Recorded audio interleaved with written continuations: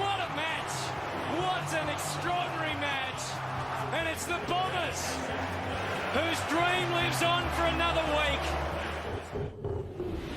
After almost 3 decades in the one job, Kevin Sheedy deserved a dignified exit.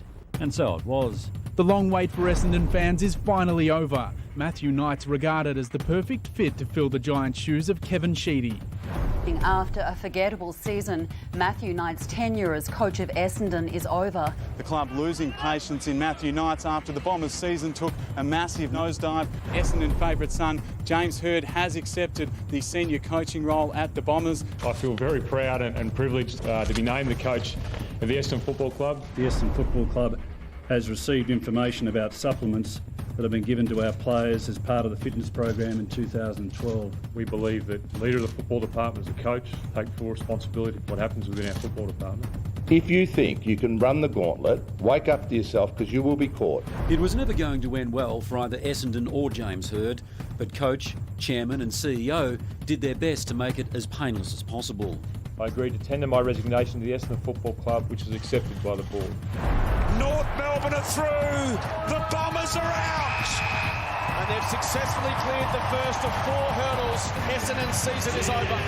West Coast live to fight another day. The Bombers out. Amid growing speculation around a potential move home to South Australia, Bombers livewire Orazio Fantasia jetted into Adelaide. So you committed to the Bombers at this stage? As I said, I'm just going to see my family, and that's all I'm worried about. Ultimately decided that I'd asked for a trade, and it didn't go through, and so we're here now, and I'm ready to get back to the Essendon Football Club, fully committed.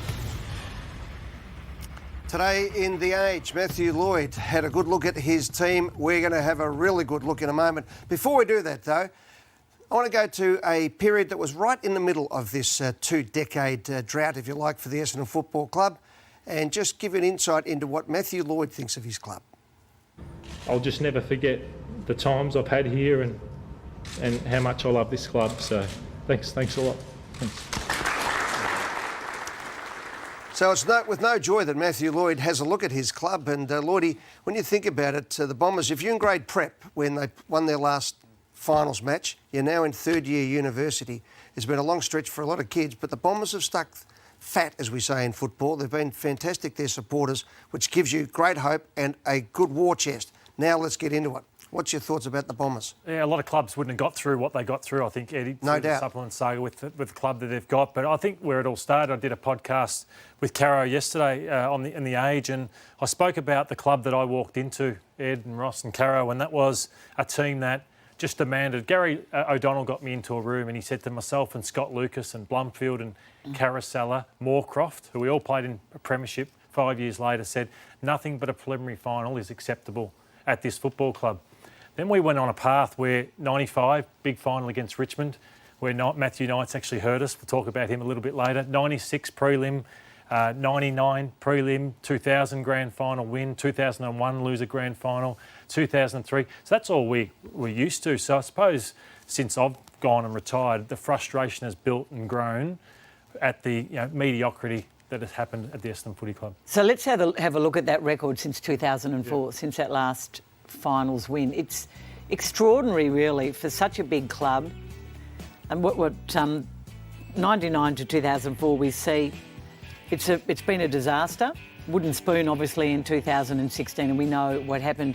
The year James Hird, the year that was eventually wiped out for us in 2012, I think, what were you, 10-1 or 11-1? And then, obviously, the club decided to pull. They found out about money that was going into a venue in Chapel Street in South Yarra. It was a $60,000 bill, and that was the start of it all unfolding.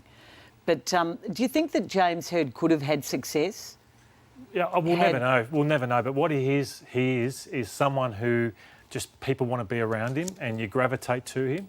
He knows the game exceptionally well. And I thought, Ross, at the time, that coaching panel, Bomber Thompson supporting James Hird, with Brendan McCartney, the guru development coach, and then Simon Goodwin, the young up-and-coming.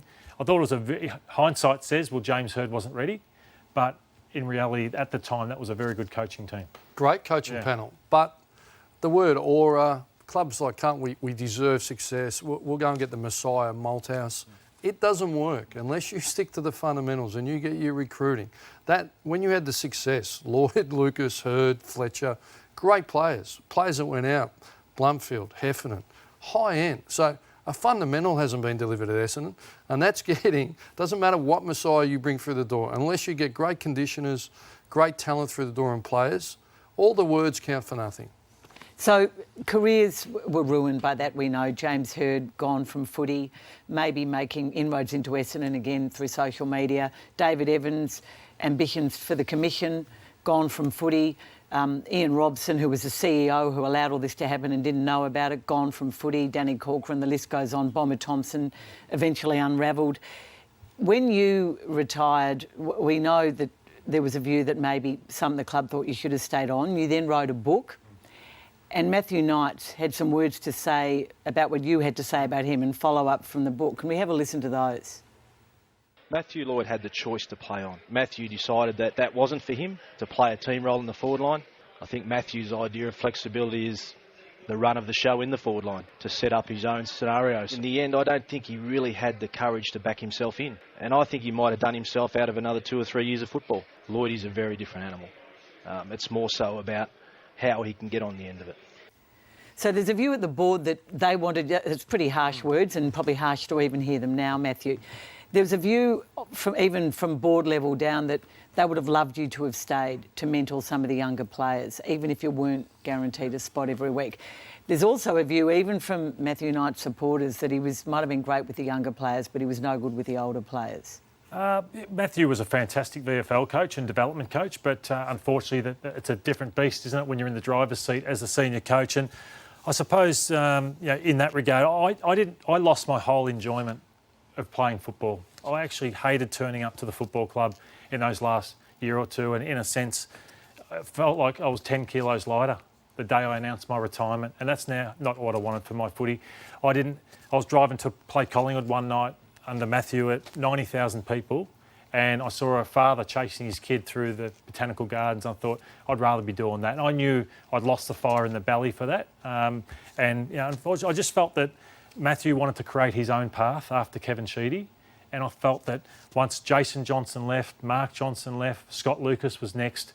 As a player, I didn't feel like I had a great confidence. You need your coach right in your corner. I just didn't feel like I had that at the time. Lloydie, look at Melbourne. When Norm Smith went in 1964, they didn't play in a grand final, I think, until 2000 from memory. It took them a long time. They still haven't won a premiership since 1964. Bombers had a lean 1970s. Kevin Sheedy comes to town and rips them apart. He's tough, he's mean, he ties down the sock, all the rest of it, all those things. Essendon was all about Sheeds being shifty and in there and doing different things. How big an impact was Sheed's demise, not necessarily when he finished, but the last couple of years when people started to undermine him at the club? It wasn't easy. It wasn't even at that stage for us. We watched him going for a job interview. I think it was on the Footy Show. You're probably hosting it, hosting that night when he was doing interviews to go and possibly coach Melbourne. So it wasn't a good time for anybody. But in hindsight, after Kevin Sheedy, probably needed somebody.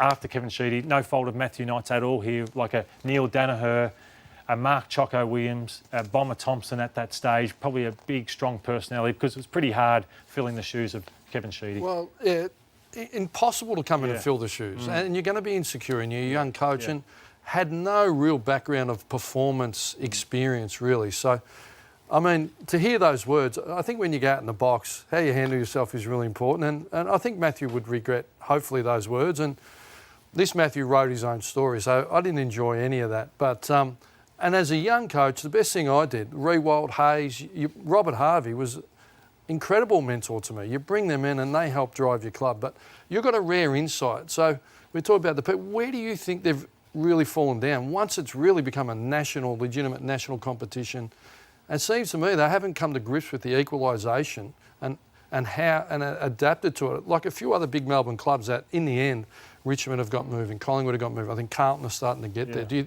you think that's been their issue, the leadership and the direction and the strategy? Yeah, Ross, things just keep happening, to be honest. Joe, we touched on this off-air about the change of coaches, but look at the sanctions back. You sort of forget how severe they were. This is the harshest sanctions in the history of the game, where you're out of the first 2 selections in your 2013 draft, the next 2014 draft.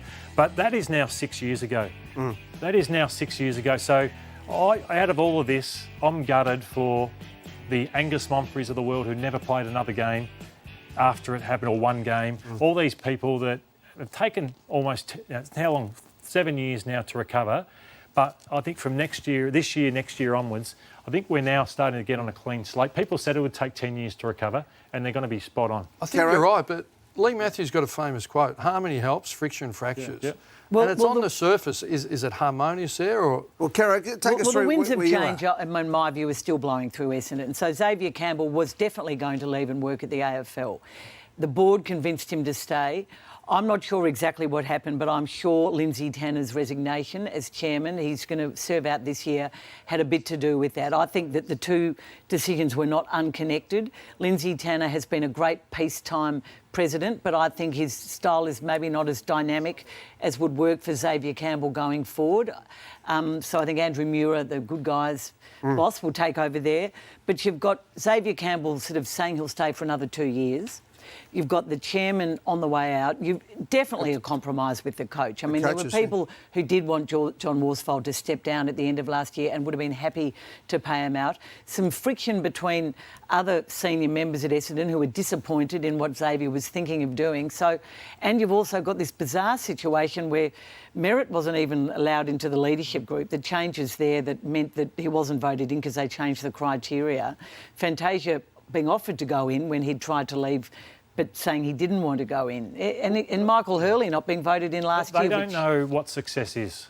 So I talk about it. They don't know what it is. And I think that sometimes you've got to taste it and build to it. No, what's culture? They wouldn't know what culture is. But what gives me hope, Ross, is that I don't reckon Revolt and Rance, when they were arguing for a period of time, weren't even buying into each other's areas. Trent Cotchin, to me, wasn't a great captain. I thought Trent, whether he was asked to do it or what, was getting a lot of possessions, but it wasn't what's best for the team. So they've got to find something that's clear and decisive and stick with it, not chop and change year after year to try and get somewhere. You're right, the world can turn quick. It can in football, no doubt about it. And Lloydie, the one thing, we'll end with what we started on there, mate, and that is the Essendon Football Club is a great football club, magnificent supporters, tremendous people standing in their corner, and while they're there, they're a chance. So we'll see what happens. For the Bombers, it's been a long, hard road to hoe.